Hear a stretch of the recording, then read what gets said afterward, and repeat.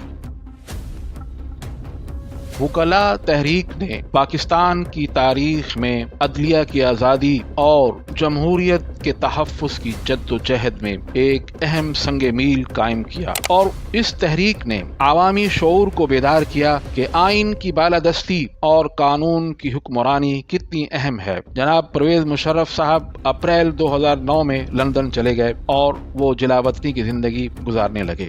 اب سوال یہ پیدا ہوتا ہے کہ ان کے پلس پوائنٹ کیا ہے۔ ہم نے ان کے دور میں ہونے والے واقعات کو بیان کیا ہے، اس سے کوئی یہ نہ سمجھے کہ ہم 100% ان کے خلاف ہیں، ہم نے صرف تاریخ بیان کی ہے۔ بگٹی کی موت کو 18 سال سے زیادہ کا عرصہ گزر چکا ہے۔ آج بھی اگست کے مہینے میں جب ان کی شہادت کا دن قریب آتا ہے، بہت سے تقریبی واقعات واقع ہوتے ہیں۔ اس دفعہ تو حد ہو گئی، انتہائی پڑھی لکھی خواتین، یونیورسٹی گریجویٹ اور اعلیٰ خاندان سے تعلق رکھنے والی خواتین نے خود کش دھماکے کیے۔ اقتدار کے اعلیٰ سنگھاسن پر بیٹھے ہوئے حکمرانوں کو سوچنا چاہیے کہ ایسا کیوں ہو رہا ہے۔ KPK میں تو یہ کہا جاتا ہے کہ مدرسے کے کم پڑھے لکھے جاہل طلباء ہوتے ہیں، ان کو خود کش حملوں کے لیے تیار کیا جاتا ہے، لیکن یہ بلوچستان میں کیا ہوا کہ انتہائی اعلیٰ تعلیم یافتہ گھرانے سے تعلق رکھنے والی خواتین، فیملی، بچوں والی خواتین خود کش دھماکے کر رہی ہیں۔ ہمیں سوچنا چاہیے،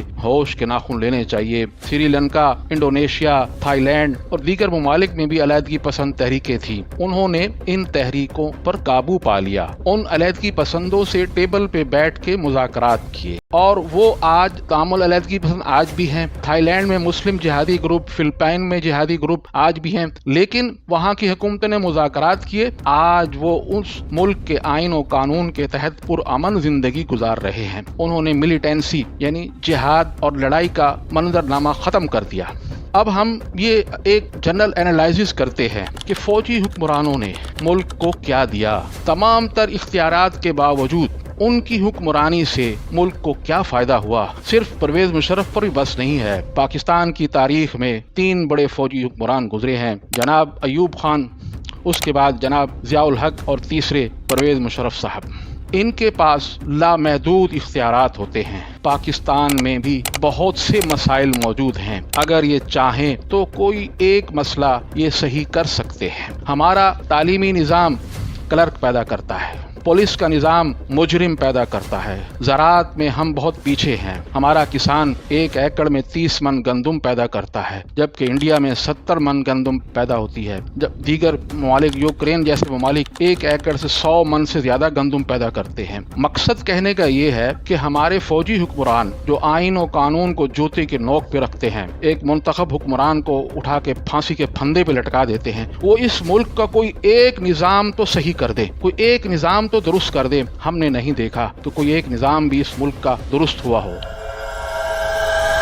ہماری پچھلی ویڈیو میں ایک صاحب نے کومنٹس کیا کہ مشرف کے دور میں پاکستان کی معاشی حالت بہت اچھی تھی، آپ کیسے ان کی خامی بیان کر رہے ہیں؟ اس سلسلے میں میں ایک وضاحت یہ دیتا ہوں کہ پرویز مشرف صاحب کے دور میں پوری دنیا میں ایک تحریک چلی تھی، کنسٹرکشن انڈسٹری کو ایکٹیویٹ کیا جائے، جو خالی سائٹیں پڑی ہیں وہاں پر مکانات بنائے جائیں۔ اس سے یہ ہوگا، کنسٹرکشن انڈسٹری کو ایکٹیویٹ کرنے سے 17 دیگر صنعت وہ ایکٹیویٹ ہو جاتی ہیں، روزگار کے مواقع پیدا ہوتے ہیں، اور نتیجے کے طور پر بے گھر لوگوں کو رہنے کے لیے مکان دیے جائیں گے۔ حکومتوں نے سکیمیں بنائی، یورپ اور دیگر کنٹریز نے آفر کی کہ پوری دنیا کے لوگوں کو کہ آپ ہمارے ملک میں آ کے کنسٹرکشن انڈسٹری میں انویسٹمنٹ کریں، پراپرٹی کے شعبے میں ہم آپ کو امیگریشن پرماننٹ ریزیڈنشپ دیں گے۔ تو جن کے پاس کالا دھن تھا یا وائٹ دھن تھا، سب لوگ گئے، انہوں نے وہاں جا کے انویسٹمنٹ کی، پراپرٹی خریدی اور جناب رہائش وہاں پہ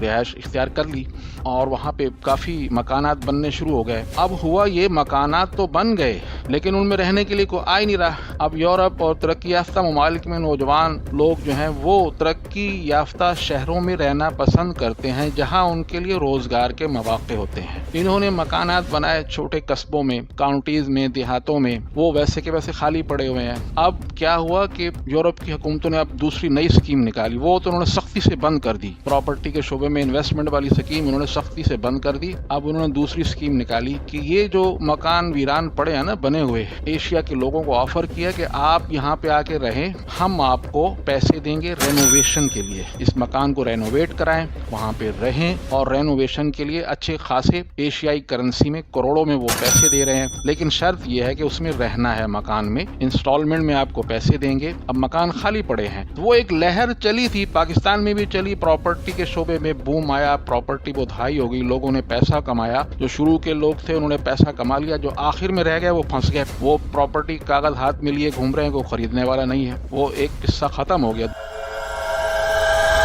دوسری وجہ جو یہ تھی کہ پرویز مشرف صاحب امریکہ کے انتہائی قریبی اتحادی تھے، وہاں سے ایڈ آ رہی تھی. ایسا نہیں تھا کہ انہوں نے کوئی اسٹیل مل لگا لی، کوئی انہوں نے PIA کو منافع بخش بنا دیا، یا کوئی صنعتیں لگنی شروع ہو گئی، روزگار کے مواقع پیدا ہو گئے، سائنسدان پیدا ہونے لگ گئے، جی سائنسدانوں نے کوئی نئے پروجیکٹ پیش کر دیے. ایسا کچھ نہیں ہوا. جو امریکہ کی ایڈ آ رہی تھی، وہ اسٹیٹ بینک میں ڈالر آ رہے تھے تو وہ کہہ رہے تھے معیشت بہت اچھی ہے. اب ہم آخری ٹاپک کی طرف جاتے ہیں. 2013 میں جناب پرویز مشرف صاحب نے سیاست میں واپسی کی کوشش کی اور آل پاکستان مسلم لیگ کے نام سے اپنی پارٹی بھی بنائی. لیکن اب بہت دیر ہو چکی تھی. جو ان کے خوش آمدی لوگ تھے ان کے گرد گرد انہوں نے کہا بھی آپ جیسا لیڈر تو پاکستان میں آیا ہی نہیں، اور پاکستانی قوم آپ کا انتظار کر رہی ہے، آپ سیاسی پارٹی بنائیں اور پاکستان واپس جائیں، اور ایسا بڑا استقبال ہوگا آپ کا اور آپ واپس اقتدار میں آ جائیں گے. چنانچہ انہوں نے پرویز مشرف صاحب سے فنڈ وغیرہ لیے، پارٹی منظم کی اور انتخابات میں حصہ لیا. جب انتخابات میں حصہ لیا تو تمام امیدواروں کی ضمانتیں ضبط ہو گئی، ایک سیٹ بھی نہیں جیت سکے. دوسری طرف غداری کے مقدمات اور عدالتی فیصلوں نے انہیں مزید سیاست میں فعال ہونے سے روک دیا گیا. ان کی صحت بگڑتی گئی، وہ زیادہ تر وقت دبئی میں گزارنے لگے. کوئی ایسی بیماری درپیش تھی جو ڈاکٹروں سے ڈائگنوز نہیں ہو پا رہی تھی. ان کو لندن لے جایا گیا، وہاں کے ڈاکٹروں سے بھی وہ بیماری ڈائگنوز نہیں ہوئی. وہاں ایک اسپیشلسٹ نے یہ انڈیکیٹ کیا کہ ان کی تمام ٹیسٹ کی رپورٹیں اگر USA بھیج دی جائیں تو وہاں پہ یہ ڈائگنوز ہو سکتا ہے. چنانچہ ایسا ہی کیا گیا تو امریکہ سے یہ جواب آیا کہ ان کو امائلو ایڈیوسس ایک محدود اور ریئر قسم کی بیماری ہے جو کروڑوں لوگوں میں سے کسی ایک کو ہوتی ہے. ابھی تک اس کی کوئی واضح دوائی ویکسین تیار نہیں کی گئی، لیکن اس پہ کام ہو رہا ہے، ریسرچ جاری ہے. تو انہوں نے کہا اگر ان کو یہاں بھیج دیا جائے امریکہ تو ان کا اچھا علاج ہو سکتا ہے. اس کے علاوہ دنیا کے کسی ملک میں اس بیماری کا علاج نہیں ہے. چنانچہ وہ لندن سے UAE واپس آئے اور امریکن ایمبیسی میں ویزے کے لیے اپلائی کیا اور ان کی رپورٹ ساتھ لگائیں. بہت افسوسناک بات یہ ہے، یہ بہت اہم نقطہ ہے جو ہم بیان کر رہے ہیں، جس کی وجہ سے ہم نے ویڈیو بنائی. ہمارے حکمرانوں کو، لیڈروں کو، نوجوانوں کو اس پہ ذرا غور کرنا چاہیے. امریکہ نے ان کو ویزا دینے سے انکار کر دیا.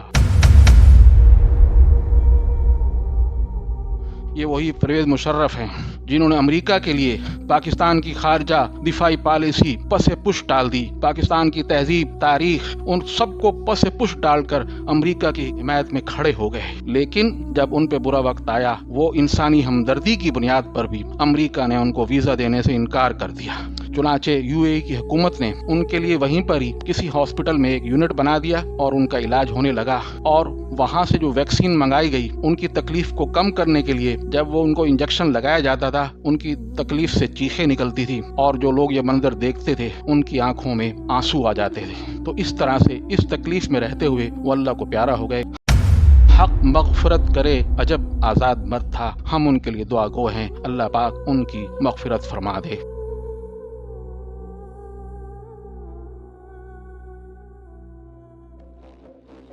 آخر میں ایک اور بات بھی ذکر کریں گے کہ جناب شوکت عزیز صاحب جب وزیر اعظم تھے تو ان سے صحافیوں نے سوال کیا کہ بھائی یہ امریکی طیارے جو گزرتے ہیں یہاں سے افغانستان جاتے ہیں آتے ہیں، ان کو اڈے دیے ہوئے ہیں، کیا آپ ان سے کچھ چارجز لیتے ہیں؟ دوسرے ممالک تو پیسے لیتے ہیں، ترکی بھی ان کا اتحادی ہے،